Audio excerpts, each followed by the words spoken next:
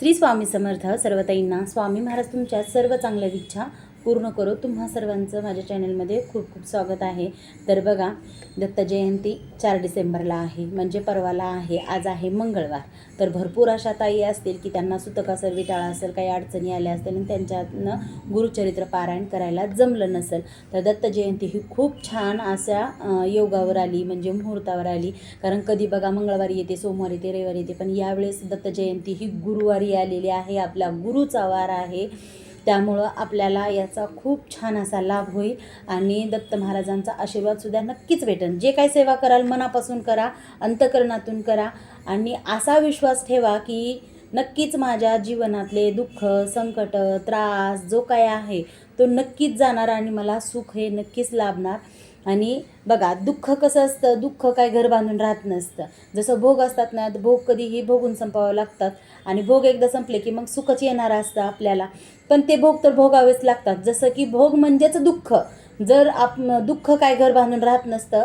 आणि देवानं कसं केलेलं आहे बघा, उखंड्याचं सुद्धा पांग फेडलेला आहे. म्हणजे गोरक्षनाथाचा जन्म हा उकिरड्यात झालेला आहे. म्हणजे गौरीचे जे काय हे असतं, शेण टाकलेलं असतं, त्यामध्ये भस्म नेऊन टाकला होता गोरक्षनाथांचा जन्म. जे काय त्या योगी ज्या काही ताई होत्या त्यांना मच्छिंद्रनाथांनी दिला होता आणि तो काय भस्म होता त्यांनी उकिरड्यात टाकला होता.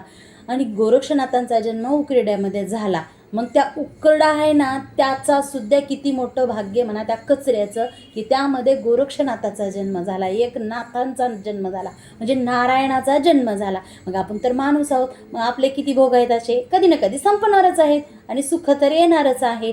मग तसंच देवानं उकरड्याचा पांग फेडलेला आहे. मग आपला काय नाही फेडणार, आपण एवढे काय पाप केलेले नसणार, कारण एवढं केलं नाही आपण. कारण आपण जर खूपच हे असतो तर आपल्याला दत्त महाराज, स्वामी समर्थ महाराज यांचे चरण आपल्याला भेटलेच नसते आणि आपल्या या मुखातून त्यांचं नाव निघालंच नसतं. त्यामुळं काय करायचं आहे, दत्त जयंतीनिमित्त आपल्याला गुरुचरित्र पारायण करायला जमलं नाही, स्वामी चरित्र पारायण करायला जमलं नाही, गुरुचरित्राचा 14वा अध्याय पठण करायला जमला नाही, बाकीच्या ज्या काही कोणत्या सेवा आहेत त्या करायला जमल्या नाहीत, तरीसुद्धा नाराज होऊ नका. कारण कसं आहे बघा, दत्त जयंती ही गुरुवारी आली आहे आणि आपण काय करतो, तर गुरुवारी ज्यांचा गुरुबळ कमजोर आहे त्या ताईंनी ही सेवा नक्की करावी. दत्त जयंतीपासून करायला सुरुवात करा. नक्कीच जीवनातले संकट, दुःख नक्कीच दूर होतील तुमच्या. दर गुरुवारी काय करायचं, आता दत्त जयंती गुरुवारी आली आहे तर गुरुवारी नक्कीच ही सेवा करायची.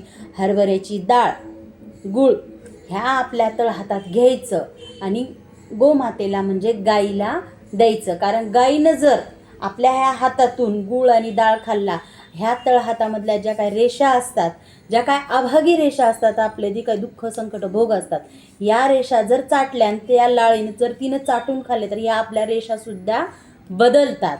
त्यामुळं हातात डाळ आणि गूळ घेऊन तिला द्यायचं, खाऊ घालायचं, जेणेकरून आपले हात ती जिभीनं चाटणार आणि आपले भोग ती ग्रहण करून घेणार. कारण गाईमध्ये 33 कोटी देवांचा वास असतो, म्हणून गाईला त्या दिवशी हरभऱ्याची डाळ आणि गूळ खाऊ घालायचं आहे. त्यानंतर आपल्याला औदुंबर वृक्षाला 108 प्रदक्षिणा घालायच्या आहेत आणि त्यानंतर बघा, गाईच्या तुपाचा दिवा लावायचा आहे. औदुंबर वृक्षाला धूप दीप ओवाळायचा आहे आणि 108 प्रदक्षिणा घालायचा आहे.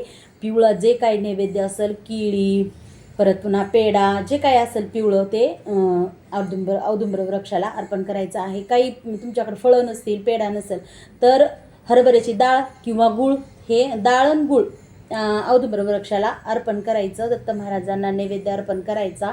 दत्त महाराजांना आपले जे काही संकट, दुःख सांगायचे आणि 5 गुरुवार तरी नक्की आपल्याला ही सेवा करायचं आहे. कारण औदुंबर वृक्षामध्ये साक्षात दत्त महाराजांचा वास असतो, श्रीपाद श्री वल्लभांचा औदुंबर वृक्षामध्ये वास असतो. त्यामुळं दत्त महाराजांनी सांगितलं होतं की मी औदुंबर वृक्षामध्ये श्रीपाद श्री वल्लभ चरित्रामध्ये आहे. कारण श्रीपाद श्री वल्लभाने सांगितलं होतं, नरसिंह सरस्वती अवतारामध्ये मी साक्षात औदुंबर वृक्षाच्या मुळाशी माझा वास राहील म्हणून सांगितलं होतं. म्हणून दत्त महाराजांचा वास हा औदुंबर वृक्षाच्या मुळाशी म्हणजे त्याच्या खाली बुडाशी असतो. म्हणून आपल्याला नैवेद्य दाखवायचा आहे. तू गाईच्या तुपाचा दिवा लावायचा आणि 108 प्रदक्षिणा घालायच्या आहेत. जशा जशा तुम्ही 108 प्रदक्षिणा घालचाल तसं तसं तुमच्या जीवनामधले दुःख संकट दूर होतील. पहिला गुरुवार हा दत्त जयंती दिवशी, त्यानंतर दुसरे 4 गुरुवार करायचे. बघा 5 गुरुवारपर्यंत तुम्हाला नक्कीच फरक पडणार आणि तुमच्या जीवनामध्ये संकट दुःख कमी होण्याचे आणि तुमचे जे काही प्रश्न असतील ते सुटायला सुद्धा मार्ग भेटेल. तुम्ही ही जर सेवा केली तर नक्कीच तुमचा प्रश्न सुटणार. असं नाही की सेवा केल्या केल्या मेवा, म्हणजे असं कसं बघा, मी काय म्हणते, सेवा करा पण तुमची श्रद्धा आहे का, विश्वास आहे का, हे पण महत्त्वाचं आहे. कारण मी सांगितले म्हणून सेवा करू नका. कारण कसं, मी सांगितले म्हणून आता त्यांनी सांगितल्यात तर ते होईलच वाटतं किंतु परंतु मनामध्ये आणायचं नाही. असा एक विश्वास ठेवायचा की मी ही सेवा केल्यानंतर नक्कीच मला मार्ग भेटणार आणि माझं दुःख नक्कीच दूर होणार. जितके तुम्ही पावलं औदुंबर वृक्षाला प्रदक्षिणा घालचाल तेवढे पावलं तुमच्या जीवनामधले दुःख संकट दूर होऊन तुमच्या जीवनामध्ये सुख नक्कीच येईल. कारण जितके प्रदक्षिणा तुम्ही घालचाल, प्रत्येक गुरुवारी घालायच्या, असं 5 गुरुवार करायचे. औदुंबर वृक्षाला 108 प्रदक्षिणा घालायच्या, तुपाचा दिवा लावायचा, गाईला डाळ गुळ चारायचं, पिवळा पदार्थ अर्पण करायचा, पिवळे वस्त्र घालायचं आणि त्या दिवशी दत्त महाराजांचा दिवसभर दिगंबरा दिगंबरा श्रीपाद वल्लव दिगंबरा हा जप करायचा, किंवा श्रीपादराजम शरणम प्रपद्ये, किंवा दिगंबरा दिगंबरा श्रीपाद वल्लव दिगंबरा हा जप करायचा. आणि प्रदक्षिणा घालताना सुद्धा हा जप करतच प्रदक्षिणा घालायच्या. बघा तुम्ही तुमच्या जीवनामध्ये काय बदल घडतो. कारण ह्या जर सेवा केल्या तर महाराजांना, श्रीपाद श्रीवल्लभांना अशक्य असं काहीच नाही. सगळं काही शक्य आहे. सगळी काही सृष्टी त्यांच्याच हातात आहे. चंद्र सूर्य तारे आहेत ना, हे श्रीपाद श्रीवल्लभांच्या दत्त महाराजांच्याच हातात आहेत आणि त्यांच्या यानंच ही सृष्टी निर्माण पण झालेली आहे. ते निर्माण होण्याच्या आधी होते, नंतरही राहणार. मग सगळं काही त्यांच्या हातात आहे. तर आपण त्यांची जर सेवा केली तर नक्कीच आपल्या जीवनामधले संकट दुःख दूर होणार.